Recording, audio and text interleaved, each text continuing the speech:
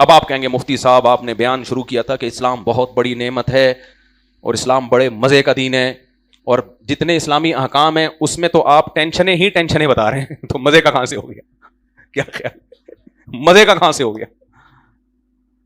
اس کی میں دو دلیلیں دوں گا، ایک نقلی ایک عقلی۔ نقلی کا مطلب وہ جعلی نہیں، نقل جو حدیث سے ثابت ہے۔ ایک طرف ہمیں نبی نے یہ بتایا کہ اسلام میں پریشانیاں ہیں، دنیا مسلمان کے لیے ایسے ہے جیسے قید خانہ، یہ بھی حدیث میں، لیکن دوسری طرف حدیث نے ہمیں کیا بتایا؟ ذاق طعم الایمان من رضی باللہ ربا وبالاسلام دینا وبمحمد صلی اللہ علیہ وسلم نبیا۔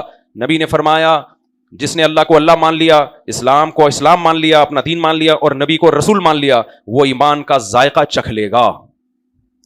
کیا مطلب؟ ایمان کا جو مزہ ہے نا وہ اس کو محسوس ہونا شروع ہو جائے گا۔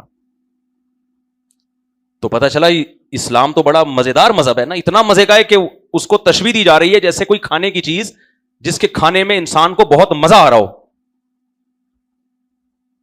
ایسی چیز۔ تو یہ مزے کا ان لوگوں کے لیے ہے جو اپنے آپ کو اللہ کے سامنے سرنڈر کر دیتے ہیں، بس اللہ اپنی نہیں چلے گی، اب چلے گی کس کی؟ بولو، صرف تیری چلے گی۔ حدیث سے ہمیں یہی پتہ چلتا ہے۔ اب ہمارے باڈی پہ چلے گی کس کی؟ جس چیز سے تو روکے گا رک جائیں گے، چاہے مزہ آئے یا نہ آئے، جس کو تو کہے گا کر لو کر لیں گے، چاہے مزہ آئے یا نہ آئے۔ ایک دفعہ یہ جذبہ پیدا کر لو، جب یہ جذبہ پیدا ہو گیا تو پھر ایمان کا ذائقہ اور ایمان کا مزہ محسوس ہونا شروع ہو جائے گا۔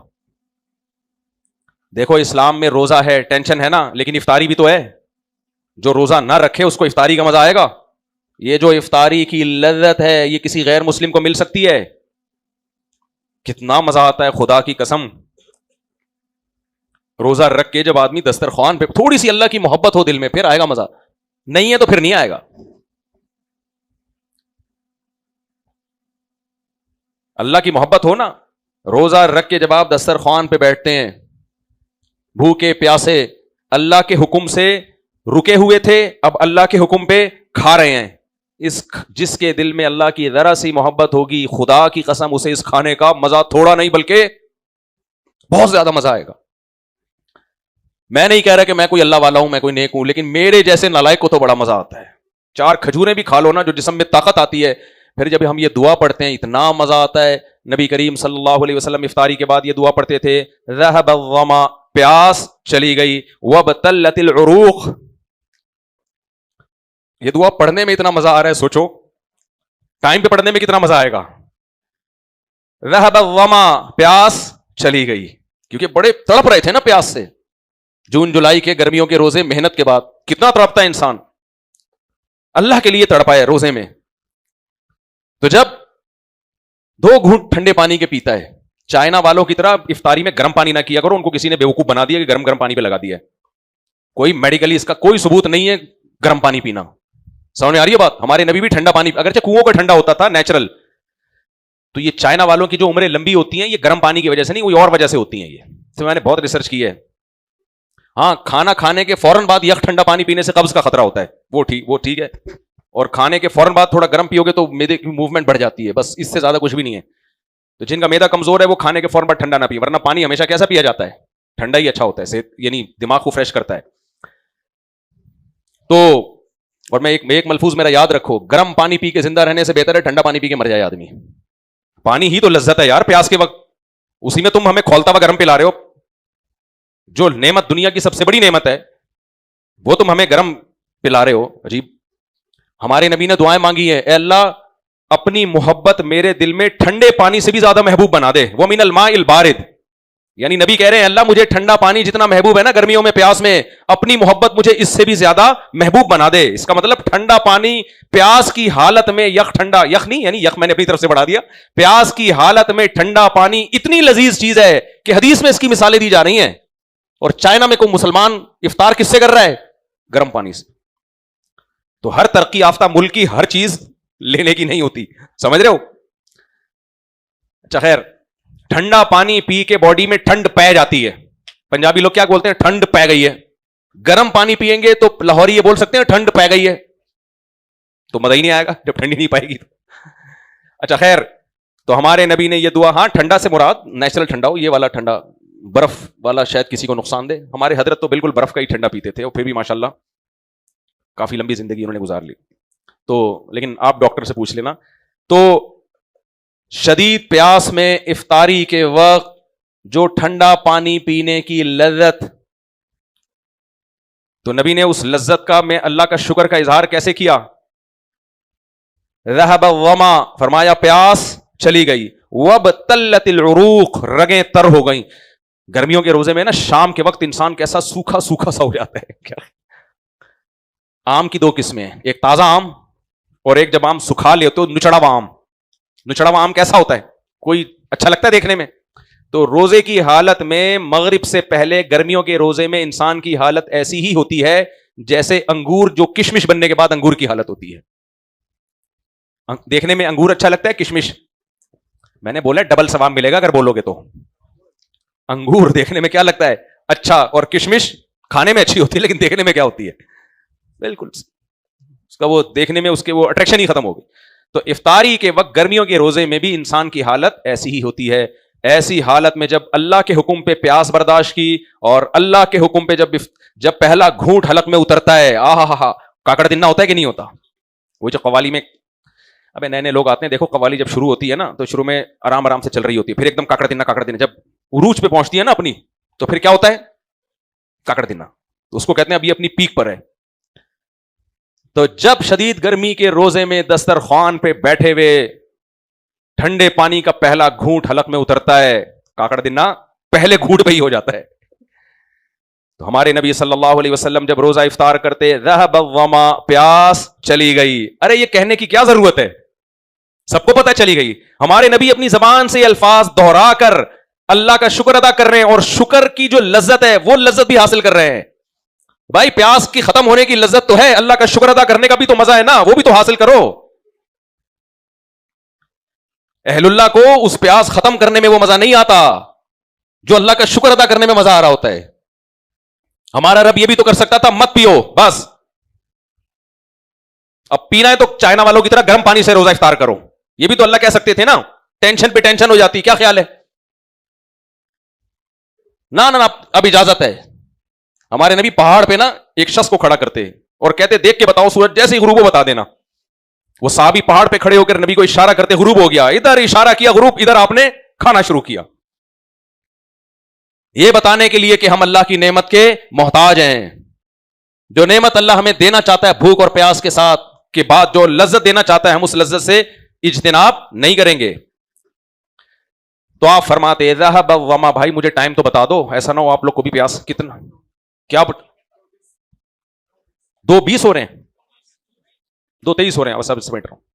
سنو آپ بولو ہماری تو پیاس ختم نہیں ہو رہی. ذهب الظما, پیاس چلی گئی. وابتلت العروق, رگیں تر ہو گئیں. اور اگلا جملہ سب سے مزے کا, فرمایا یہ مزہ تو آ ہی گیا جسمانی مزہ. وثبت الاجر انشاء اللہ, اور اللہ کے ترازو میں ہمارے نیکیوں میں ایک بہت بڑی نیکی کا اضافہ ہو گیا. اللہ نے لکھ دیا کہ ایک شخص صبح صادق سے لے کے غروب آفتاب تک مجھے خوش کرنے کے لیے بھوکا پیاسا رہا تھا, اس کے عمل میں اس ایک بہت بھاری بھرکم نیکی کا وزن ڈال دو. ایک ترازو ہے نا اللہ کے ہاں, جو برائی کر رہے ہوتے ہیں وہ اس پلڑے میں, جو نیکی کر رہے ہوتے ہیں وہ اس پلڑے میں. تو ایک بہت بھاری بھرکم نیکی ترازو کے اس پلڑے میں لا کے رکھ دی ہے. ٹماٹر خرید رہے ہوتے ہو نا, جب دونوں پلڑے برابر ہو جائیں تو آپ کہتے ہو یار ایک ٹماٹر اپنی خوشی سے ڈال دے, تو صرف ایک ٹماٹر پھینکتا ہے کتنی خوشی ہوتی ہے کہ یہ پلڑا کیا ہو گیا ہے بھائی, تھوڑا سا جھک گیا ہے, تھوڑا زیادہ ٹماٹر مل گیا. تو ایک بہت بڑی نیکی, صبح صادق سے لے کے غروب آفتاب تک بھوکا پیاسا رہنے کی نیکی اللہ نے ترازو کے پلڑے میں لا کے رکھ دی. خوشی نہیں ہوگی؟ اب بتاؤ اسلام مزے کا ہے یا نہیں ہے؟ اور بھائی جو ٹینشنیں دے رہا ہے وہ وقتی ہیں, اس ٹینشنوں کے نتیجے میں جو لذت مل رہی ہے وہ مزے کی ہے. آج اپنے بوڑھے ماں باپ کو برداشت کرو گے, کل تمہاری اولاد بھی تو برداشت کرے گی, ورنہ سڑو گے اولڈ ہاؤس میں جا کے. انگریز کا بڑھاپا دیکھو, جوانی مت دیکھو. میں نے ایک بیان کیا تھا نا کہ میں ٹرین میں تھا یورپ کی, تو میں نے دیکھا سارے انگریز اتنے ٹھش پش لش پش طریقے سے, کوئی اسٹڈی کر رہا ہے, کوئی جناب لیپ ٹاپ پہ اپنے آفس ورک, سارے ملک اور قوم کی ترقی کے لیے کردار ادا کر رہے ہیں. ہماری ٹرینوں میں بچے ہوتے ہیں, کیونکہ انگریزوں کے بچے نہیں ہوتے نا, پرسکون زندگی ان کی, فوکس, توجہ ہے کہ نہیں ہے آپ لوگوں کی؟ انگریزوں کے بچے نہیں ہوتے.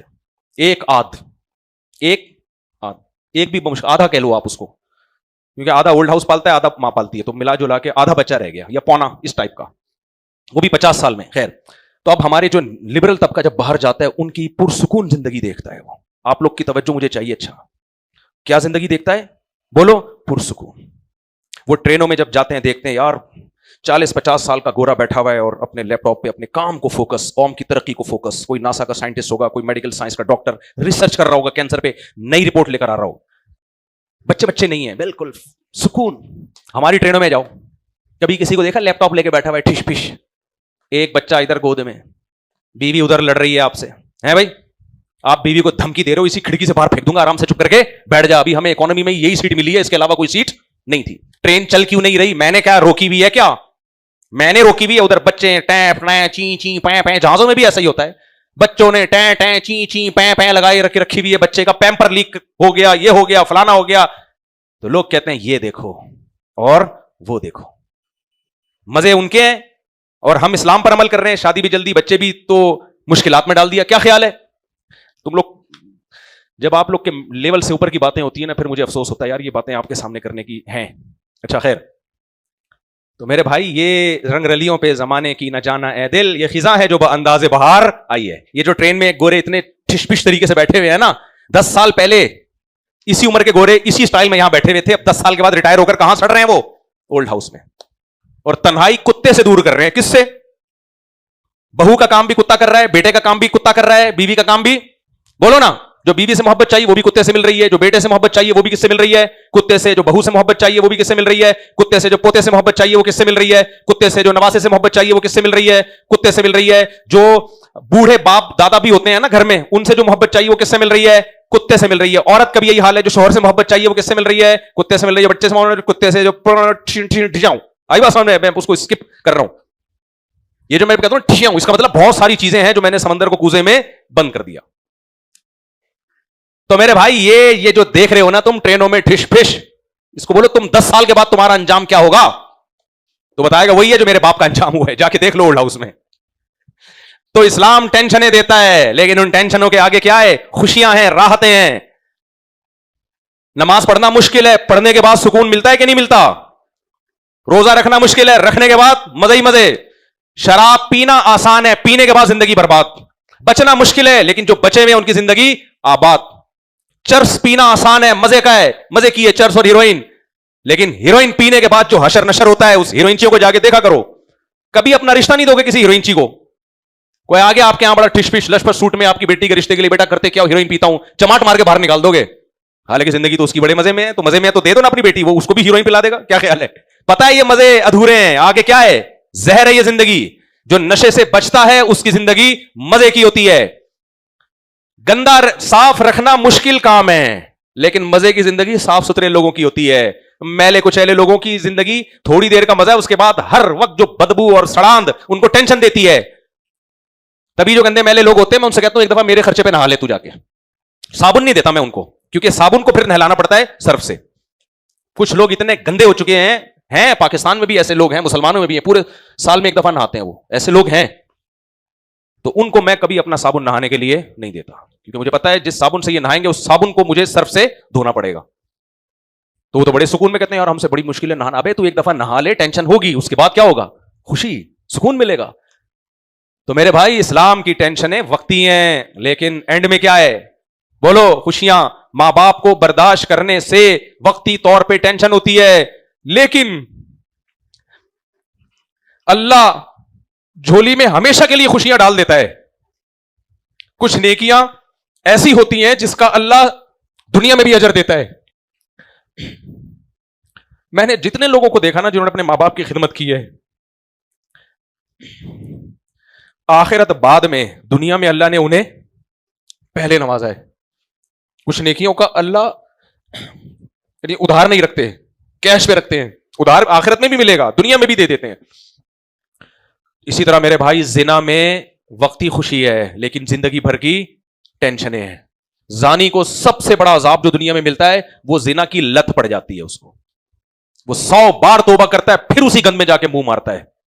اس سے اس کو جو بیوی سے محبت ملنی چاہیے تھی اس سے محروم. بیوی سے جو لذت ملنی چاہیے تھی اس سے بھی وہ محروم. جس کو ہیروئن اور چرس کا مزہ آ جائے اس کو شہد اور دودھ میں مزہ آئے گا ہے بھائی. ہم جب ہیروئنچیوں کے سامنے دودھ پتی کے فضائل سناتے ہیں وہ ہنستے ہیں, کہتے ہیں ابے اس کو دیکھ دودھ پتی پی کے اس کو خوش ہو رہا ہے. تو حرام میں جو پڑے گا اللہ اس کو حلال کی لذت سے محروم کرے گا, اس کا گھر تباہ ہوگا, بچوں کی نظر میں ذلیل ہوگا, انجام برا ہے, اس برائی کا انجام اچھا نہیں ہے.